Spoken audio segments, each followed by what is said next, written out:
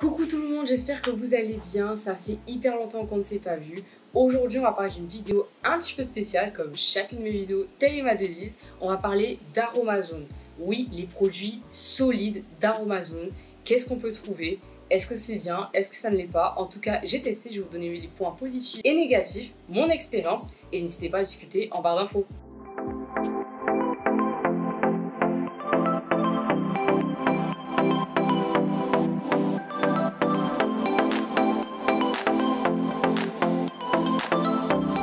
Sur Aromazone, j'ai pu tester les shampoings solides. Il y a les après-shampoings que je n'ai pas testé parce que j'avais déjà un produit de chez eux, mais un de ces quatre, je testerai, pourquoi pas. J'ai testé aussi les savons solides que vous mettez, enfin pour vous laver les mains, mais généralement c'est surtout pour le visage, donc d'un côté ça fait du bien pour les mains, mais aussi la peau. J'ai testé aussi un déodorant et pour l'instant ça ne fait que 3 produits, mais je trouve ça déjà très bien. Et la prochaine fois je ferai une vidéo sur d'autres produits que je testerai à l'avenir parce qu'il y en a beaucoup d'autres. Avant de vous présenter les produits, je voulais déjà vous parler un petit peu des avantages des produits solides que avant je me faisais une idée un petit peu reçue.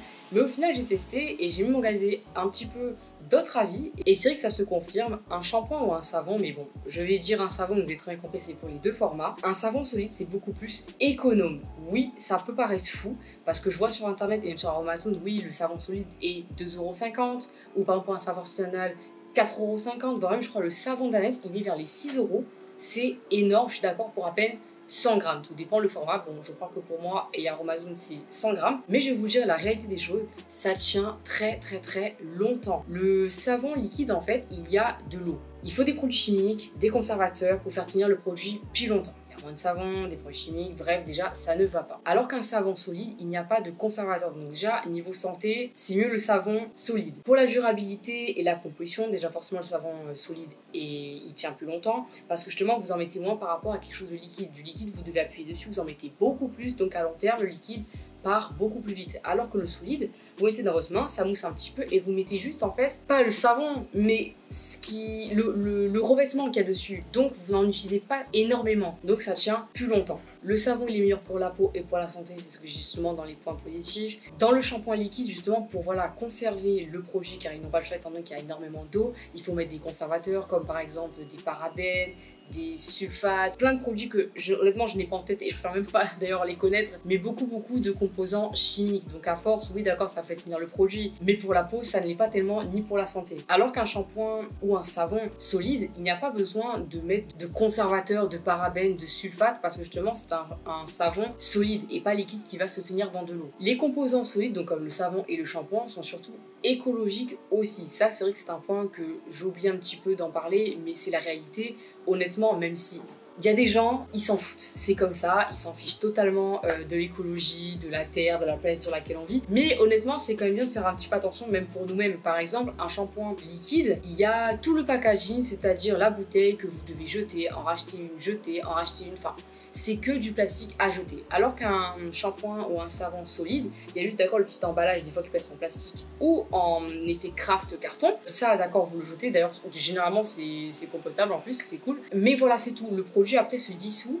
et ça s'arrête là. Il n'y a pas à jeter de plastique ni de bouteille. C'est aussi idéal pour voyager. Et oui, d'ailleurs le shampoing solide c'est mieux parce qu'au moins ça prend très peu de place. Il n'y a pas de souci pour voyager. Par exemple quand vous prenez l'avion, c'est assez galère parce qu'il faut respecter tant de dosage dans vos bagages cabine, donc pas de bouteille liquide énorme. Et d'ailleurs ça ne risque pas de couler avec justement un shampoing ou un savon solide. Maintenant que j'ai parlé des avantages de façon générale, que ce soit pour les shampoings ou les savons solides, on va parler un petit peu des désavantages et aussi l'expérience et montrer justement le produit, qu'est-ce qu'il en est réellement. On va commencer par les shampoings solides. D'ailleurs les 3 que je vais vous montrer, ils sont bio, donc c'est assez positif, mais on va surtout voir la composition et surtout le ressenti.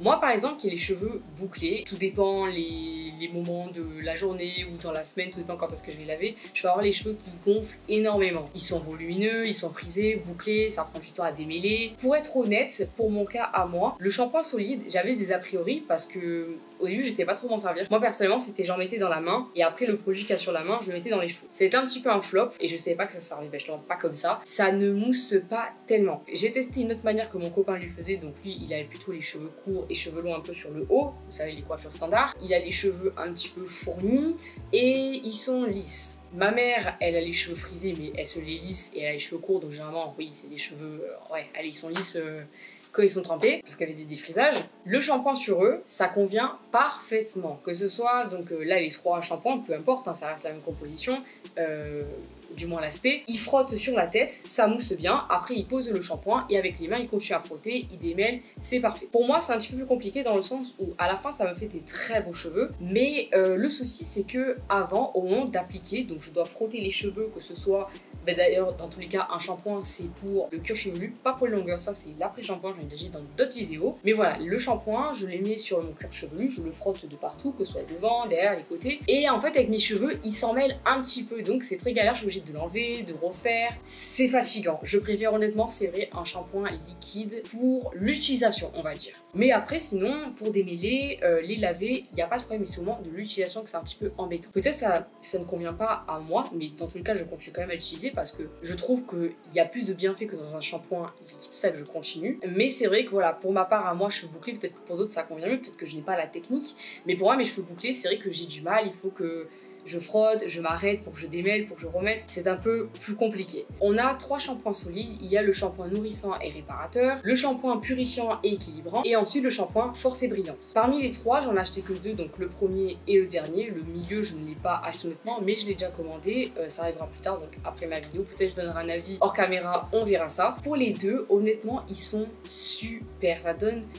une beauté aux cheveux. Bon là, j'avoue, ils ne le sont pas, je vais vous dire, il fait hyper chaud, je transpire, mes cheveux ils frisent, mais les premiers jours, faut être honnête, les cheveux ils sont magnifiques. Par exemple, ma mère, elle a pris force et brillance, comme par exemple justement, elle fait beaucoup de défrisage, il faut qu'elle répare ses cheveux. Ma mère, elle n'est plus toute jeune, elle a pas mon âge, elle a pas 21 ans, donc forcément les cheveux, s'ils tombent, ça prend un peu plus de temps à pousser. C'est pas comme nous les jeunes, on a les cellules qui se régénèrent beaucoup plus vite, alors que ça se régénère plus tellement comme avant, donc il faut des petits coups de boost pour aider ses cheveux à mieux aller. Le shampoing force et brillance, il contient justement, il me semble, 2 huiles ou 3. Il y a de l'hibiscus, la moutarde, amla, je crois que c'est de la peau du vent. En tous les cas, voilà, c'est 3 huiles que ça contient dedans. Il convient aux cheveux justement ternes, ça leur donne de la force, de la brillance, ça régénère justement les cheveux. Et comme Aromazone dit, et c'est ce que je vous disais justement avant, c'est que le shampoing solide équivaut à 2 flacons de shampoing liquide. Après les flacons, je sais pas s'ils parlent de 1 litre, 500 ml, 250 ml, j'en sais rien, mais en tout cas, moi, pour vous dire, et sincèrement, le shampoing solide, pour ma part, il m'a tenu vraiment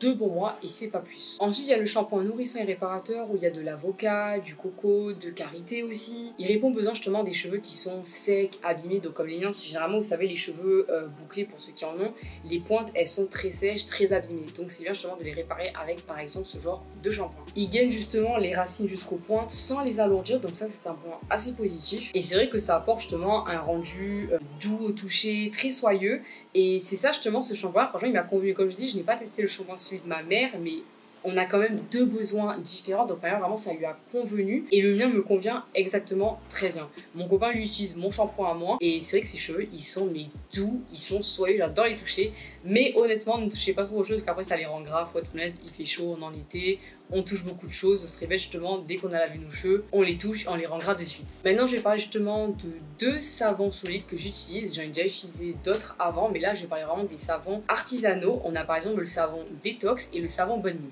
Le savon détox, comme vous pouvez vous en douter, justement détox, le charbon végétal, le savon noir, voilà, c'est vraiment tout ce qui est détoxifier les pores, désincruster. Même si honnêtement le savon bonne mine, je pense qu'il le fait un petit peu parce que je vois qu'il y a aussi des grains, mais bon, peut-être je me trompe, dans tous les cas, je vais bien vous expliquer tout ça. Dans ce savon noir, justement, on va retrouver du charbon, il y a du tea tree, il y a de l'eucalyptus, de la menthe, du citron, plein de bons composants justement pour désincruster la peau, détoxifier. Personnellement, là, contrairement au shampoing, ma mère, mon père, moi, en fait, c'est suivant la bonne humeur, suivant notre besoin. Le matin, quand on se lave le visage, je me dis pas, tiens, il faut que je prenne lui, il faut que je prenne lui. Non, c'est j'en prends un qui me tombe sur la main. Après, généralement, quand j'ai le visage très très gras, le matin, vraiment, ça me gêne. Là, personnellement, oui, je vais prendre le savon détox. Et ma mère, plutôt, si par exemple, elle a le visage un petit peu terne, un peu fatigué, elle va plutôt prendre le savon bonne mine. Le savon bonne mine, justement, il est à base de carottes, il est orange, justement. Il y a une huile végétale, par exemple, comme la tomate aussi. Donc vraiment, c'est tout ce côté orangé, il y a des grains. Personnellement, je trouve que ce savon, peut-être que je me trompe, je sais pas si Aromazone en parle, mais je trouve qu'il fait un petit peu aussi effet de gommage. Ça va pas être comme comme un gommage pur, comme par exemple, vous savez, il y a Yves Rocher, ils ont un tube pour gommer avec des grains d'abricot. Là, il y a aussi des grains, mais ça fait pas le même effet. Les grains d'abricot, vraiment, vous le sentez. Alors que là, ce savon, c'est comme si vous l'avez simplement, mais je trouve vraiment qu'il désincruste aussi. Donc, dans les deux cas, les besoins se complètent. J'ai testé aussi les savons d'avant, donc ils sont à 2,50 €. Et là, les savons artisanaux, donc là, ils étaient à 4,95 €. Je me rectifie, donc presque 5 €. Personnellement, je ne vois pas trop de différence. Dans les deux cas, les deux savons, ils sont pareils. Pour moi, il y a presque la même composition parce que vous verrez, en fait, sur Aromazone, vous avez par exemple un savon effet bonne mine à la carotte, donc c'est le normal qui est à 2,50 €. Et vous avez le savon dit artisanal, après je sais pas s'il est vraiment, qui est à 4,95 €. Les deux, ils sont exactement pareils, c'est-à-dire 100 grammes. Je crois que la composition, elle est presque pareille. C'est les mêmes effets. Après, bon, je me suis habituée à prendre les savons artisanaux. Bon, allez, j'ai mis 4,95 €. Mais personnellement, je pense que les autres, c'était pareil. Parce que j'avais déjà testé un petit peu avant 2 autres savons. Parce que je trouvais ça assez cher, justement. Donc, j'ai testé. Ça faisait le même effet. Bon, maintenant, je suis restée sur le savon artisanaux. J'en suis très contente. Peut-être en temps, j'y retournerai sur les autres. Au moins, ça dose un petit peu le niveau prix. Mais en tous les cas, les deux, vous pouvez foncer. Que ce soit l'un ou l'autre, pour moi, c'est pareil. Et ça vaut le coup. Je vais vous parler du déodorant solide. Alors, le déodorant solide, pour moi, ça a été... Franchement, le déodorant solide, je sais pas si je veux dire que c'est négatif ou positif. Un déodorant solide, quoi qu'il se passe, c'est sûr. Le déodorant même Abby, ce sera toujours mieux qu'un déodorant aérosol. Aérosol, il y a des produits chimiques beaucoup plus dedans qu'un produit solide, par exemple. Donc, pour le déodorant, dans ce cas de figure, surtout s'ils sont industriels. Et à long terme, il me semble bien que ça peut causer même des cancers. Je dis bien peut-être, je ne suis pas sûre, je ne peux pas affirmer, je suis pas docteur, je suis pas scientifique, mais c'est sûr qu'à long terme, quand vous avez des produits chimiques dedans, par exemple avec Kinsey Beauty pour regarder, quand vous avez des perturbateurs endocriniens, d'autres produits chimiques, oui, à long terme, ça peut créer des cancers, ça c'est clair et net. Après, est-ce qu'on a vraiment là? Je ne sais pas. Mais en tout cas, voilà, le déodorant solide, même Abby, sera toujours mieux qu'un déodorant aérosol. Ensuite, là, pour le cas de figure dans Aromazone, le déodorant solide, il y a des points positifs et même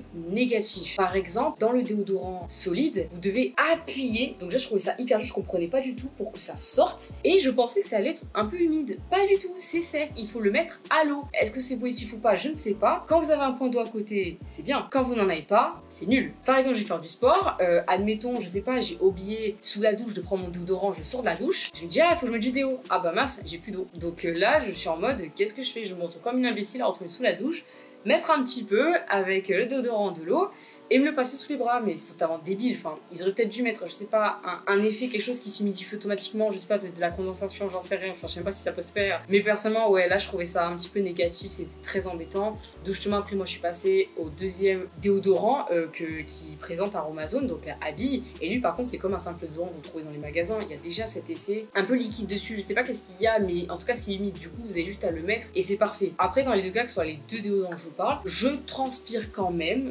Là-dessus, ça ne change pas, c'est pas un anti-transpirant, il me semble pas. Après, ça dépend de chacun. Moi, c'est quelqu'un qui transpire beaucoup sous les bras. Mais par contre, au niveau odeur, au niveau douceur, ça change énormément. Je n'ai pas la peau rêche, ça ne sent pas. Surtout si, bien sûr, après vous êtes douché, vous mettez directement votre déodorant. Ne faites pas ça quand c'est le matin, vous n'êtes pas douché, ça ne changera rien du tout. Mais voilà, c'est vraiment ce côté négatif que je parle. Peut-être qu'il y en a, ça ne les dérange pas du tout. Enfin, ça me gêne un petit peu. C'est ça que maintenant, je suis passée au déodorant Abby. Mais dans tous les cas, c'est toujours mieux qu'un déodorant aérosol. Pour le shampoing et après-shampoing, justement, j'en parle. C'est les côtés négatifs que je n'ai pas dit. En toute honnêteté, il y en a quand même. Mais je pense que ça dépend de l'hygiène de vie de la personne, de comment elle l'utilise. Et je pense vraiment que ça dépend de ça. Par exemple, moi, le shampoing solide, mais même le savon, mais je pense surtout là, c'est vraiment pour le shampoing solide, en toute honnêteté, par rapport aux cheveux. Moi, je suis très carré, je suis très propre là-dessus. C'est-à-dire qu'une fois que j'ai lavé mes cheveux avec, il faut être honnête, il y a des cheveux qui traînent dessus. On perd nos cheveux, c'est normal, c'est humain. Il y a des cheveux sur le savon et il faut le laver pour que justement il soit propre, prêt à l'emploi pour une deuxième utilisation la prochaine fois. Par exemple, il y a ma mère.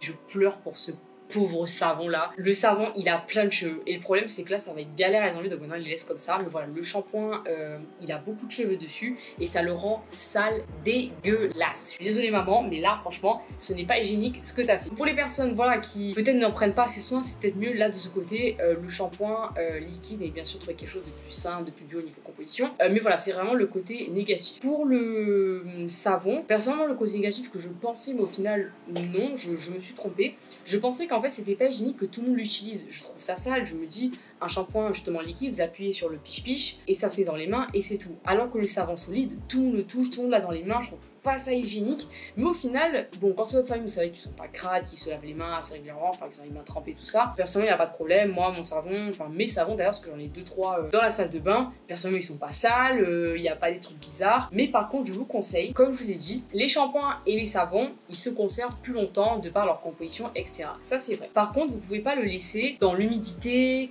le poser par terre, enfin, comment dire, le poser sur le lavabo, collé. Ça, négatif. Il faut que vous achetiez justement, vous avez sur plein de magasins, que je vous prendre des photos, vous allez voir ce que c'est. C'est des sortes en, comment dire, en bambou ou en bois. Ça maintient justement votre savon et ça laisse l'air passer en dessous. Parce que si vous laissez en fait votre shampoing ou votre savon solide sur les parois, avec l'humidité, la chaleur aussi de la salle de bain qui reste enfermée, ça peut créer des champignons. Justement, les champignons adorent la chaleur et l'humidité, ça c'est vrai. Alors que si vous surélevez votre savon avec les trous qu'il y a dans les bambous, les pois, votre savon va être mieux maintenu, durer beaucoup plus dans le temps, pas par sa composition, mais par le fait qu'il était négligé. Là, il va tenir beaucoup plus longtemps. Écoutez, j'espère que la vidéo vous aura plu. N'hésitez pas à vous abonner. C'est ma première vidéo d'ailleurs depuis longtemps, donc j'espère que ça vous a plu. On verra bien au fur et à mesure, je vais essayer de mieux m'améliorer. Et je vous dis en tout cas à la prochaine. Mettez un pouce bleu. N'hésitez pas à vous abonner, partagez la vidéo, donnez-moi votre avis, parce que personnellement, je suis pas le genre de créatrice de contenu qui va juste poster une vidéo et s'arrête là. J'ai besoin de partager, j'adore parler, j'ai envie d'échanger avec vous. Et c'est ça le côté humain justement. Donc je vous dis à la prochaine et gros bisous.